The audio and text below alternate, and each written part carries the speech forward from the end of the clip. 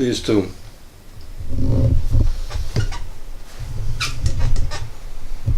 I'm talking about our little girl Allie, the Chiweenie. She's half Chihuahua, half I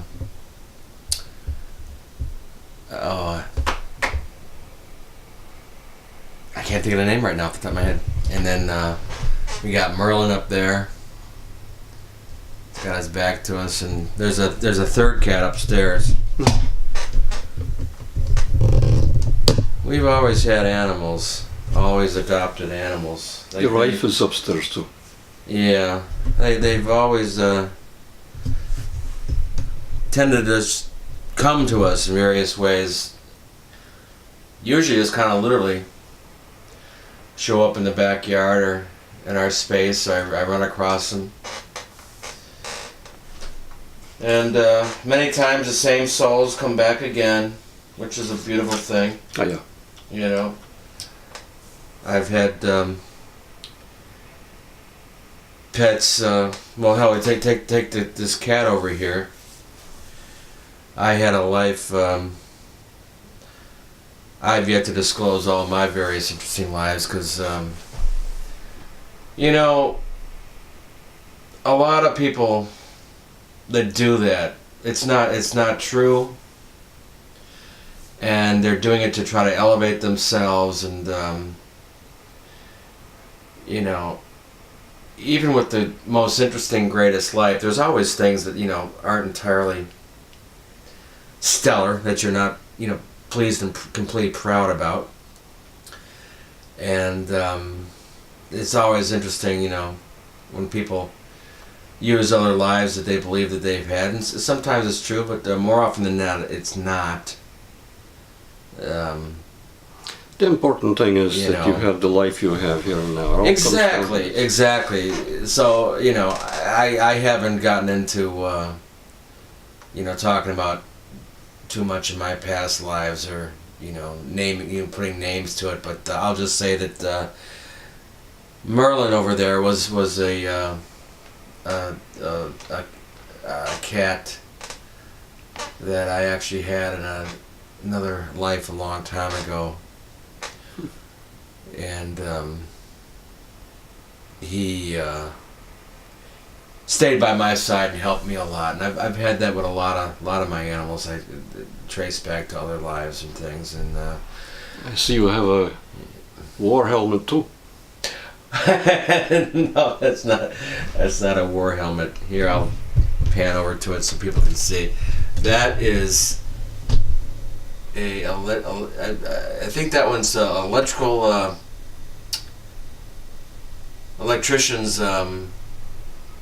hat, you know, someone who is a job site foreman, because it's white. There's a company, power construction company, that's pretty big, and even though I share the name, I don't really have any connection to them. However, I have that helmet, and I have a jacket with the logo on the back of it that I like a lot. So it's a good strong name, Celtic. What do you call it? Scottish. My dad was Canadian, and his people came from Scotland. And I have a whole nother completely different line of history on my mother's side. But again, this is more about you. So let's. The Celts, as you called them, had a history they believed in, and they were correct, that took them back to Atlantis. Well, I'll say this, because this affects a lot of people too, and I think it's very interesting, is that I learned, actually I think it was Archangel Michael who told me a long time ago, that the Celts and the Scottish that I herald from actually came from the Chaldean hills. Which is, the Middle East. This just, goes back to, that whole area. Jerusalem, Galilee. What now? What are you looking at? Michael, he's here, watching okay. me. He's been watching me the whole time. Yeah. Speak. Well, I don't want to say that, but hello, Michael. I don't have it on right now. He's I recently got. I'll show you. seeing to safety of his son, my father. You do not need to worry, sir. I am treating him well. Yeah, I didn't introduce this tape. This is part 3. We're talking to Yarried, Bob's son from Atlantis, also known back then as Atlan, and it is still the end, getting toward the end of the night here for March 17th, St. Patty's Day, 2019. Here's a pretty cool ring. See if you can pick up any energy from that. I recently got that. Very inexpensive. Got it off of Amazon, actually. Amazon. It's a shield. It's a sigil. It's Sigil a ring. shield.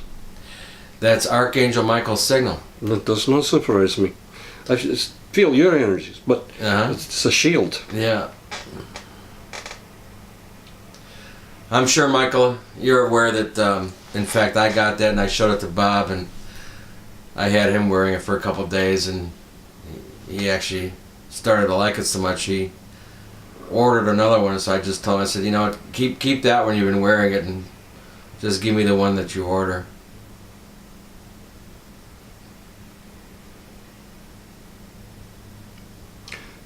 And then I have my main person that I kind of identify with, and that is more akin to my personage, is Archangel Gabriel. This is his signal I have them wearing right now.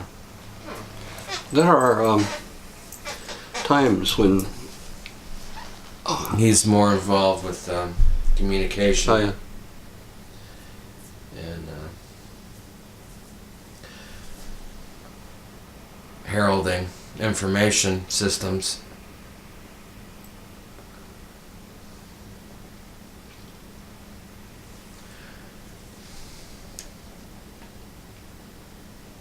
Adonai Elohim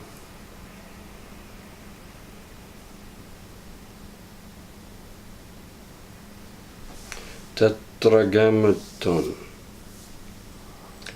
Gabriel.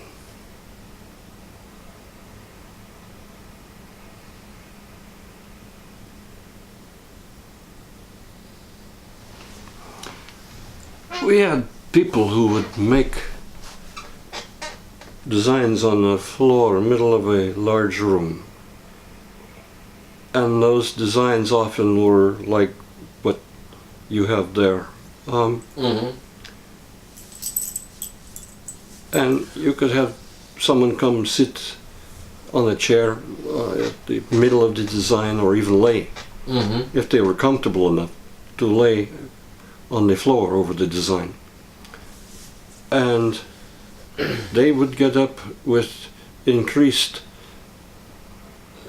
metaphysical powers and increased metaphysical insights. Yeah. And That's even amazing. the ability to go between dimensions, from what I was told. Wow. I have not experienced this, but Well, I haven't. There's so many things I haven't gotten into. But you see, those are called ruins. See that below the clock there? oh, On the wall there. yeah. Now that is a ruin that I created, and it's just something that's for basic wellness, well-being of the household, and protection. and that goes back to the old Norse and ruins, and the most recent thing in culture, pop culture, it was brought up in was the Lord of the Rings and the elfin language that's displayed, and all that stuff. That's another one of those many things that it's right out there in broad view for people, and it's done as a fanciful kind of little story, but most people have no idea that there's a lot of truth and real knowledge going on in those Lord of the Rings movies. But all this stuff, the ruins, the designs, the symbols, whenever you go back, these things have been around. These languages and symbols that have been around, for hundreds of thousands, even millions of years. So you have all that collective energy of people using them, with certain intent, as well as their own intrinsic, way that they channel energy, and that's what they do. They literally channel and move energy around because of the geometrics of the design. And one of the more physical ways the Asians, the Chinese use it, and they call it something called feng shui, and they use it in their building. Not a major building, even modern. Major office buildings, are they consult these feng shui experts to help them design them to create, good flowing energy throughout the buildings and the way they're designed and everything else. Did something like that in my time. Quite a bit, because you see, it was a matter of how to receive the energies from various sources, especially like obelisk, pyramid, other types as well. But how to receive the energies from one location that may even be miles away to another location. Right. But how the juxtaposing of the buildings, the structures were, this made the difference, and it also made it possible to continue the flow of the energy from its originator source and to upgrade it so that it didn't. Well, you actually didn't in your culture, didn't you have a lot of you had that technology where you could actually pull energy out of the air? Oh, yeah. And talk about that maybe for a couple of minutes. What were some of the modern-esque devices that you had way back then? Like, I believe you had some kind of light, right? Because all the pyramids, have all these beautiful designs inside. There's no light in there. And, they don't discuss it openly, but if you just, think about it for a second, they want you to believe that all they had back then were torches for light. Well, then where is all the soot? Where's all the soot from the gases coming off burning these torches, and you wouldn't have these beautiful colorful carvings that took hundreds of hours to create deep inside these pyramids and these buildings that had no light. We had electromagnetic lights, but well, would you call it pro-magnetic lights? No, electromagnetic. Oh, electromagnetic. Is it anything like similar? Like our light bulbs? Yeah, similar. You are using more gases nowadays in your bulbs, right. But we did not. But you used filaments? Yeah. Okay. And you got the energy from like what devices, like pyramid structures or some kind of sacred geometry structure that pull the energy out? Exactly. So let's say you have your pyramid here, you have a house a few miles over here perhaps. Yeah. But then you have buildings in between who not only are using that energy, but because of how they are designed and how they are positioned to each other along the way, they are helping to increase the energy flow. And so it comes to for example, not actually accurate, but if you have a somewhat curved Yes. structure, Yes. the energies start funneling into it. Uh-huh. You think of vortexes, you think of storms, you think of tornadoes or something, you think of whirlwinds. Like But natural these are just- energetic formations. Oh yeah. Yeah. But you see, vortexes are natural all throughout the entire Certainly. universe, Yes. not just in nature in the air. Not By just way of storms. planetary structures or Yeah. suns. So They're everywhere. everything, even Yeah. stars or vortexes, everything. Well, the Andromedans told us something I hadn't heard yet, just a few weeks ago in one of the channelings they did, that at the heart of every atom, and this is just kind of mind-blowing, is a miniature, black hole.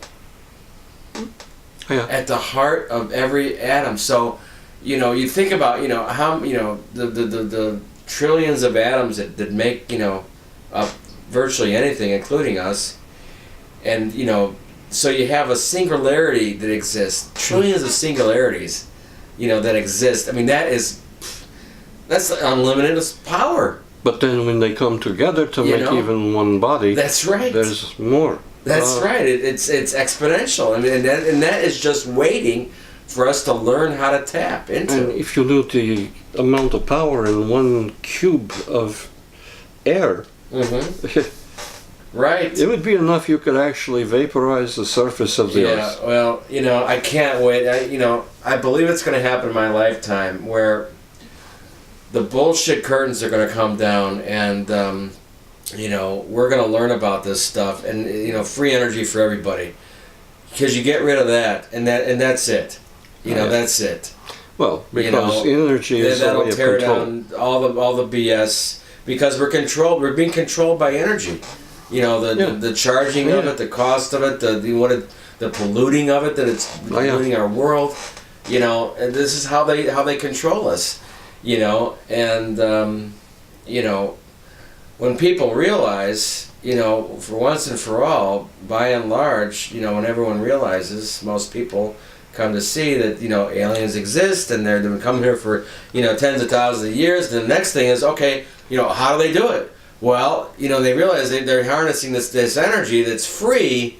Then it's like, once people realize that, we have that, the governments all around the world have this and been working with it. In fact, they're using it.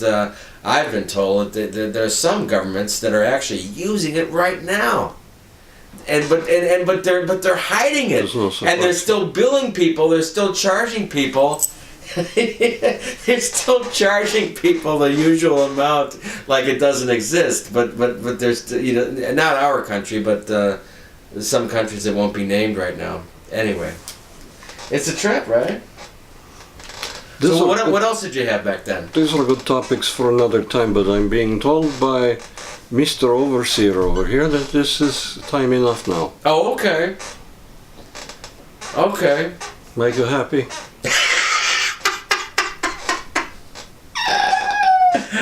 Oh, God bless. Thank you for coming through, Yarried, and of course thank you as well, Michael, for coming here and hanging out and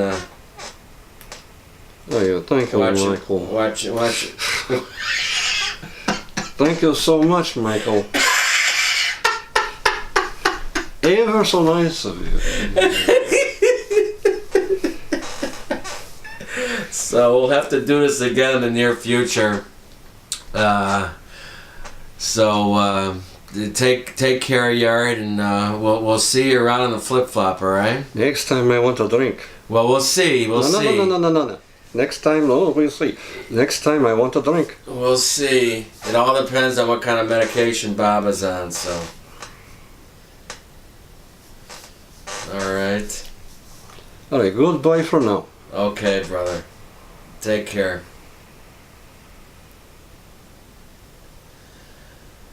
Well, folks, there you have it. There's our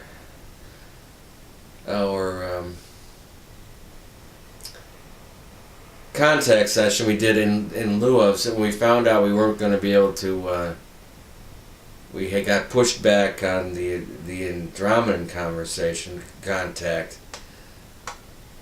We thought we'd give you a contact with old Yarried here as a little bit of a consolation prize kind of thing. And it we actually wouldn't tell you the truth. We've been meaning on doing this for a while, so I hope you enjoyed it. I always enjoy talking to him. He's a fascinating person. Always has lots of interesting information. Always learn something. And I'll see you guys around. If you have any comments, whatever, and by all means, tell your friends about it. Sign up, subscribe, and hit the bell so you can be alerted when we have new things coming up. All right, people, take care. Love you guys. Bye.